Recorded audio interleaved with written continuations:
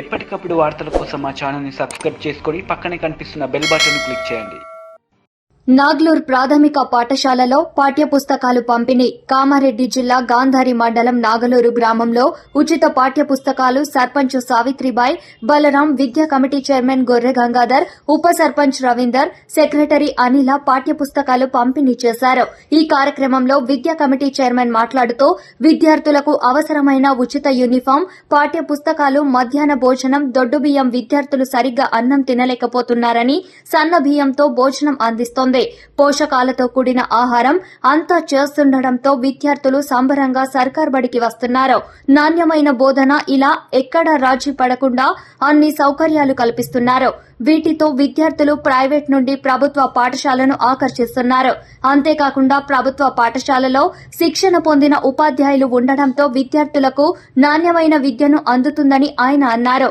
మా పాఠశాలలో ఉపాధ్యాయులు పిల్లలకు విద్యతో పాటు పిల్లలకు ఎటువంటి వ్యాధులు రాకుండా ప్రతిరోజు శానిటేషన్తో కాకుండా సబ్బుతో చేతులు శుభ్రపరుస్తోందని అన్నారు. ఈ కార్యక్రమంలో విద్యా కమిటీ చైర్మన్ గొర్రె గంగాధర్, సెక్రటరీ అనిల, ప్రధానోపాధ్యాయులు సూర్య, టీఆర్ఎస్ అధ్యక్షులు శంకర్రావు, వార్డ్ మెంబర్ బలంభాయ్, శేఖర్ గౌడ్, రామగౌడ్, భాస్కర్ రావు, నారాయణరావు తదితరులు పాల్గొన్నారు.